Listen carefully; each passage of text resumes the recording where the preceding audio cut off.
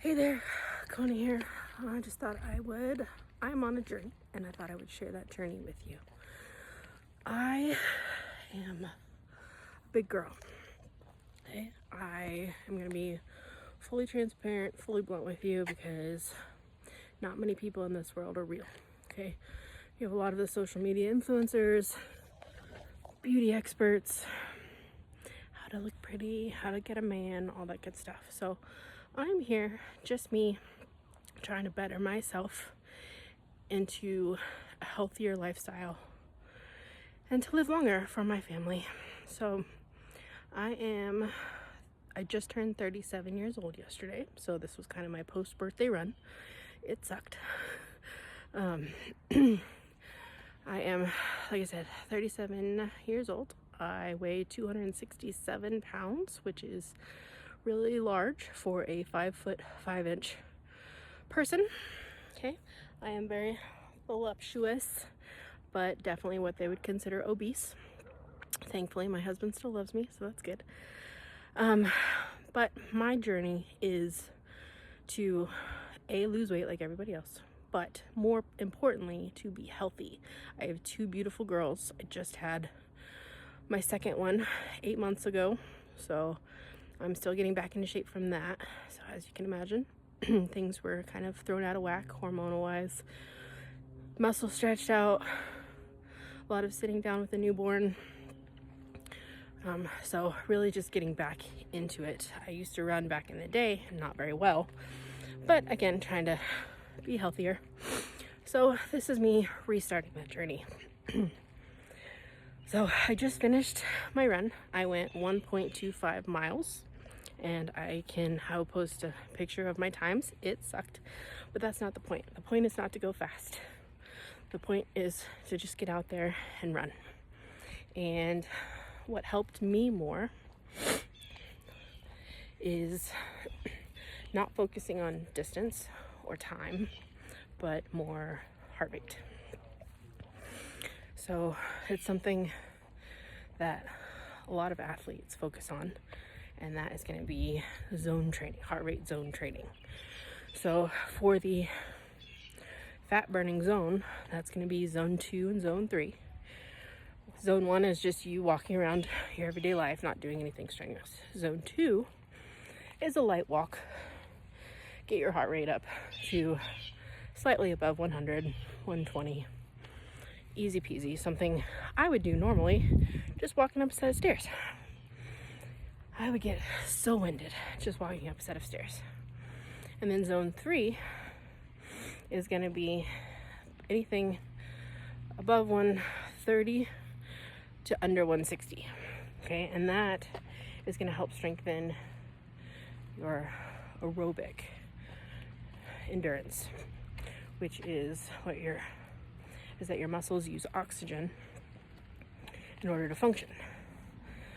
When you get above that, you get into anaerobic, which means you don't use oxygen, you get winded really fast, your muscles get fatigued, and you get really, really sore.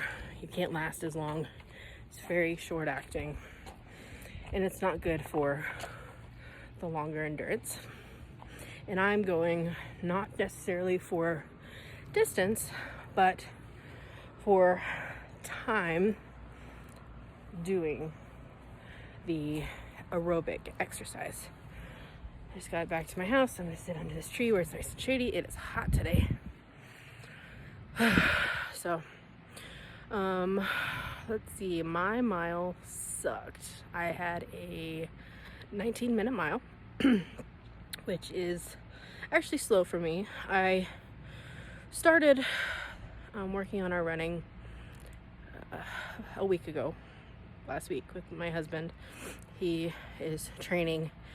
He's wanting to get into ultra marathons and stuff, and he's a fit guy. So he started running and was like, hey, you should do this with me. It's not necessarily to do ultras or to be fast, but just get out there and build your cardiovascular endurance. And that way you can walk up a flight of stairs without wanting to die. So I did, and my first run out, I did 1 mile, and it was 18 minutes. And I was so excited. Actually, I wasn't excited that I did a mile in 18 minutes, but I was excited that I actually finished the mile. And that was focusing on just my heart rate being between 130 and under 160.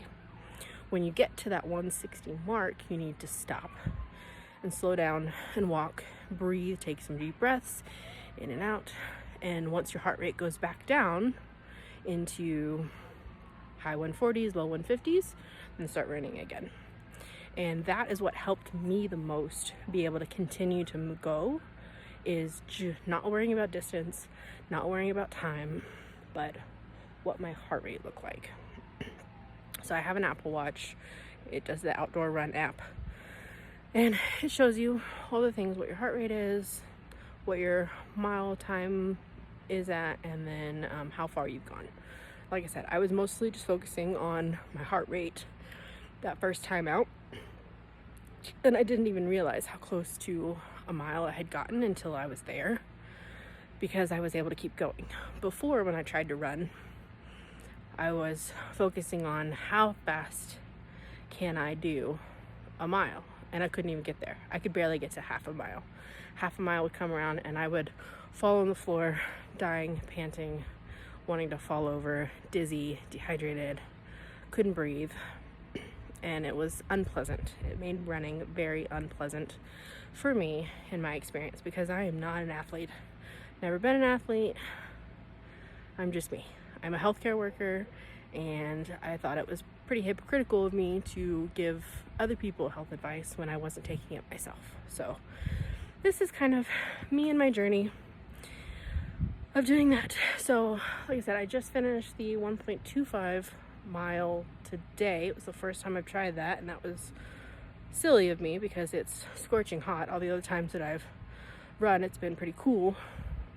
So today I had a little camel pack on, and I was able to stop and take sips at whenever I had to stop and slow my heart rate down. But again, I got to that mile, even though I had stopped a couple times to slow my heart rate down and walk. And it doesn't matter if you run the whole time or walk, as long as your heart rate is within that zone, you're still doing the same work. So even if you have to start off at a fast walk, if your heart rate gets up to that zone, then that's the zone that you need to be in. And eventually you will move up into a running zone, or be able to run while maintaining your heart rate in that zone 3 era. And you just get better from there. So like I said, last week when it was kind of cool, I was able to run. First time out I did 18 minutes, run, stop, run, stop, run, walk, run, walk. And then the second time I did it in less time, and I only had to stop twice. And then the next day I ran even faster, and I didn't have to stop at all. It was the craziest thing in the world, because I wasn't focused on time or distance. I was only focusing on my breath. So as I was running, slow as heck, like my run is someone else's fast walk, like a healthy person's fast walk. Like, it was ridiculous. But as long as you're running and your heart rate is in that zone, that's all you need. So just as long as you're out there doing it and getting your heart rate into that area for about 20 minutes, that is what they say is what is your prime fat burning zone, and it helps to build muscle, lean muscle for that matter. So I figured, since I'm at the beginning of my journey, I'd record it, document it, share with everyone out there who might be looking into or nervous about starting running, suck at running, don't want to do it, feels horrible. I'm right there with you, okay? I first started today, I was like, I don't want to be here. I don't want to do it, but I knew that I needed to get out there and just do it. So the first 0.1 miles, I was huffing and puffing, my legs were burning, I wanted to quit, and then I had to get to my first walking point because my heart rate spiked because I didn't run yesterday because I was at work. So I knew it was going to be rough today. So I stopped, took a breath, took a sip of water, and then when I started running again, I started feeling a little bit better. And that's those endorphins kicking in. You hear a lot of athletes talk about a runner's high. those are those endorphins that kick in when you run. And so I started feeling a little bit better, had to stop a couple more times, but I kept my heart rate within the zone. As soon as it dropped down to the 150s, started running again, focused on my breath in and out. That helped keep my heart rate down in that zone longer without having to stop.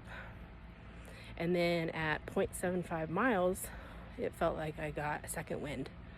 And I was like, okay, I feel better. I can keep going. Let's do this. And that's part of the reason why when I got to my mile, I was like, I'm ready to keep going. Let's just keep going and see what happens. I'm not worried about time because my time sucked. It was 19 minutes. It was nowhere near my fastest time, but I don't care. That's not what I'm going for. I'm going for the amount of time that I can stay in zone 2-3 to be about 20 minutes long so that I can continue that fat burning mode. So that's been my journey. We'll see if that, and I'm not taking any diet pills. I am currently still breastfeeding my baby, so I got extra weight on me. I got my Camel pack on with water in it. So we are gonna see if just running for 20 minutes-ish, if I start feeling better as the longer I run, if I want to stay longer, if I feel like my body can handle it, then I'm going to keep running. Just going to see how it feels. I'm not going to force myself to do anything extra. I'm not going to force myself to go fast. I'm not going to force myself to go extra distance. I'm just going to run to stay in my zone 3 area for however long I can and see if that is what is going to help shed some of these unwanted baby weight pounds. And I'll be honest, it's not all baby weight. I was overweight before I got pregnant with my second baby. I was overweight before I got pregnant with my first baby. This last go around, they called me a geriatric obese patient because I'm 37 and was overweight. So if that wasn't a wake-up call, I don't know what else is. So yeah, so come along with this journey with me and I will keep you updated. I am not gonna stay on the scale every day because that's discouraging, as most of you know who have tried to lose weight before in the past. If you weigh yourself too often, you're not going to see any results and it becomes very discouraging, at least for me, and I'm sure that's the same as a lot of people out there. So I'm trying to limit myself to only getting on the scale once a week just to see if I'm losing anything at all. I'm also increasing my water intake because with the running and the exercise and the sweating and all that good stuff, you need to replenish. I wasn't a great water drinker to begin with, but I am trying now. So the recommended amount is half your body weight in ounces. So because I'm a bigger girl, I gotta drink more water. So I am working on that. Hasn't been great every day, but I've gotten there a couple times, so that's good. I have to pee every 5 minutes, but it is what it is. So welcome on this journey with me, and I'll keep you updated. Thanks. Bye.